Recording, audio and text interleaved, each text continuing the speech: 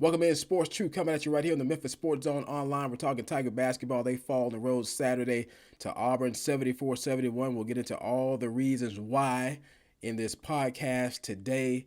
But before we get into that, before I tell you, before we go into the reasons why the Tigers lost the ball game in a very sloppy ball game by both teams, it was hard to watch at times. It was an ugly game to watch.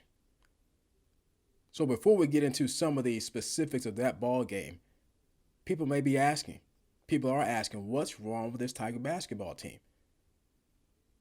What's the problem with this Tiger basketball team? They just can't seem to get right. Penny Hardaway is getting players. These guys are experienced from last year, and they just can't seem to look like the team that can fulfill the potential that people think that they have. And there's one reason why, in my opinion. There's one reason why. Penny Hardaway is getting players, no question. He's getting the 5-star bigs. He's getting the 4 and 5-star wings. That's great. You need that. That's very good. But you can get all the 5-star bigs you want. You can get those 4 and 5-star wings, which you do need. But until he focuses his recruiting on that 5-star floor general, I think this basketball team will continue to have these kind of problems. You look at all the NCAA champions, and let's make no mistake, Penny Hardaway was hired. Tubby Smith was fired because people thought Penny Hardaway could get the players. He's getting some of those players. So he's getting players to bring the Tiger program back to where it used to be under Coach Cal, under Coach Finch at times, under Coach Kirk, under Coach Bartow. We really want a national championship. That's what we want. But we certainly want consistent, deep tournament runs. And you look at all the NCAA champions, you'd be hard-pressed to find very many Final Four teams over history that didn't have a top-flight point guard or just a tremendous backcourt. In my opinion, the piece that's missing on this Tiger basketball team, you do not have that star floor general. Just think about all the great Tiger teams of the past. 73, Larry Finch. 85, the little general, Andre Turner. And of course, our other Final Four, Derrick Rose. So just with the Tigers themselves, the program has thrived on great point guards.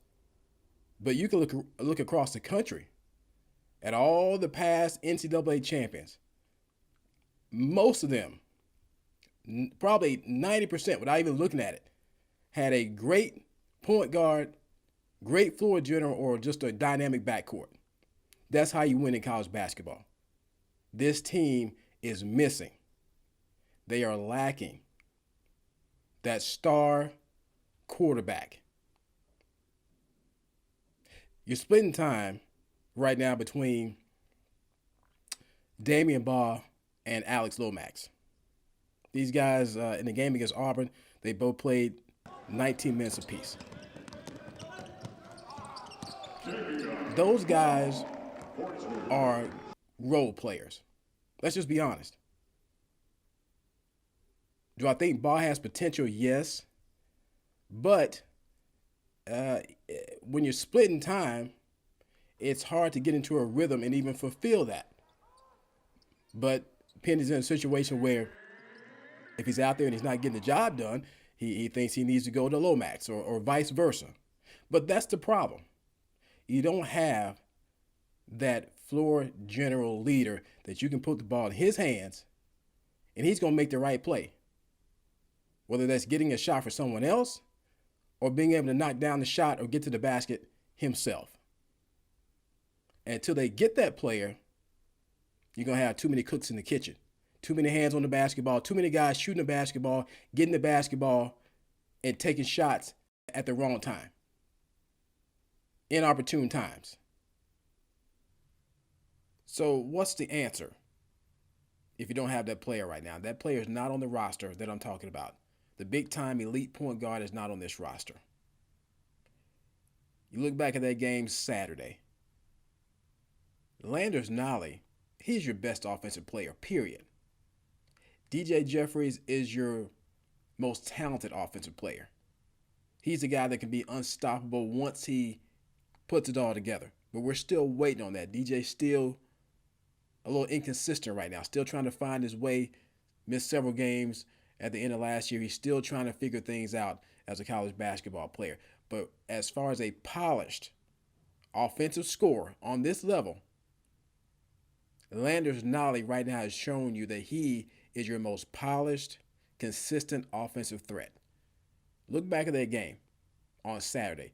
Landers Nolley played 34 minutes, 49 seconds. He played more than anybody. DJ was second at 34-14. Landers Nolley, there were stretches, if you go back to that ball game in the second half, before then, let's start before then. First half, he knocked down back-to-back threes. I believe the Tigers took about a 7-point lead at that point. Things were starting to look good. Hey, the Tigers may be able to take control, perhaps take a controlling lead at halftime and be able to win this ball game. You look at what happened in the second half. There were stretches. I'm talking about a long stretch in the second half. I was sitting there looking at it. Landers Nolley not only wasn't getting shots, he wasn't even touching the basketball. During a long stretch in the second half, that is unacceptable. That part falls on coaching. He's a guy who could run a little point guard. He can handle the basketball. He's good enough to handle the basketball, bring it up, move the basketball. He needs to be touching the basketball in big situations. There's no question about that. So that part where he didn't touch the basketball for a long stretch in the second half, that can't happen. He finished with 9 field goal attempts. Musa had 11 field goal attempts. DJ went 7 for 14. Boogie Ellis had 10. And again, Landers played more minutes than everybody. And he's your best, most polished, most consistent offensive threat at this point. So that in itself was a problem with Saturday's game.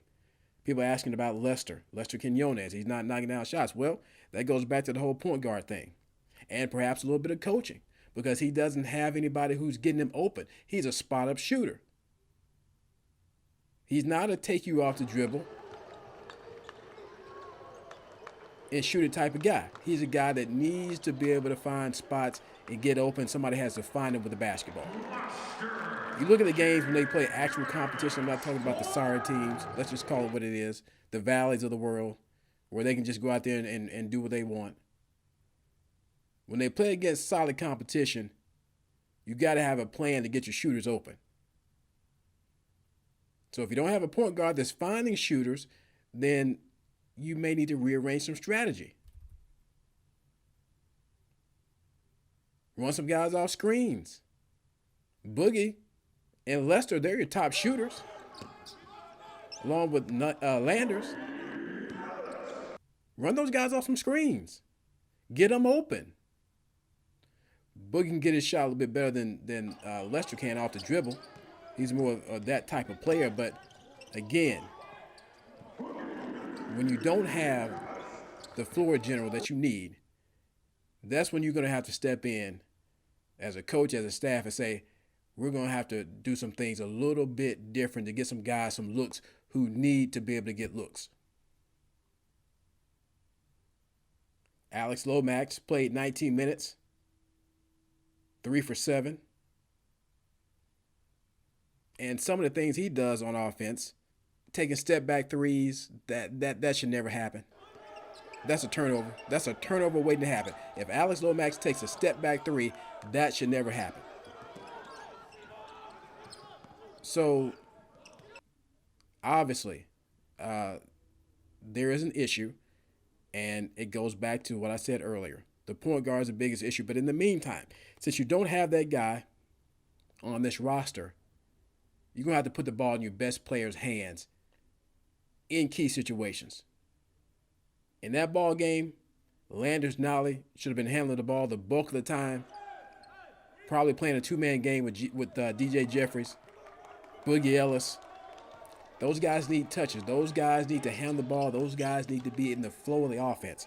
Those guys right there, Landers, DJ, and Boogie. All three of those guys can go off. So all three of those guys need to be in the flow of the offense.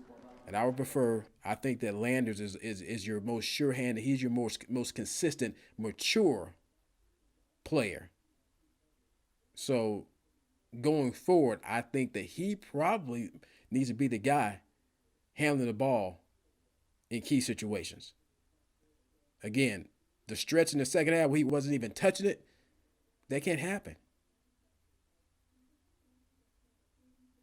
So the Tigers have a lot work to do. Tulane's coming up this week. Hopefully they play better. Hopefully this doesn't snowball, because what's happening anytime they face anybody that's formidable, that's even halfway decent, they're having a problem with them.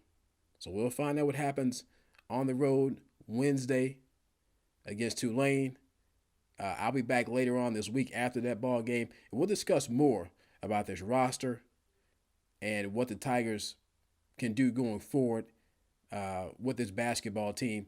But if I'm Penny Hardaway, all the recruiting you're doing, you're Penny.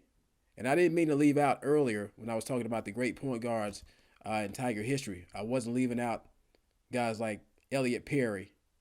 And, of course, Penny, he wasn't a point guard, but he was more of a point forward. I was talking about the Final Four teams. The Final Four teams in Tiger history have all had great floor generals.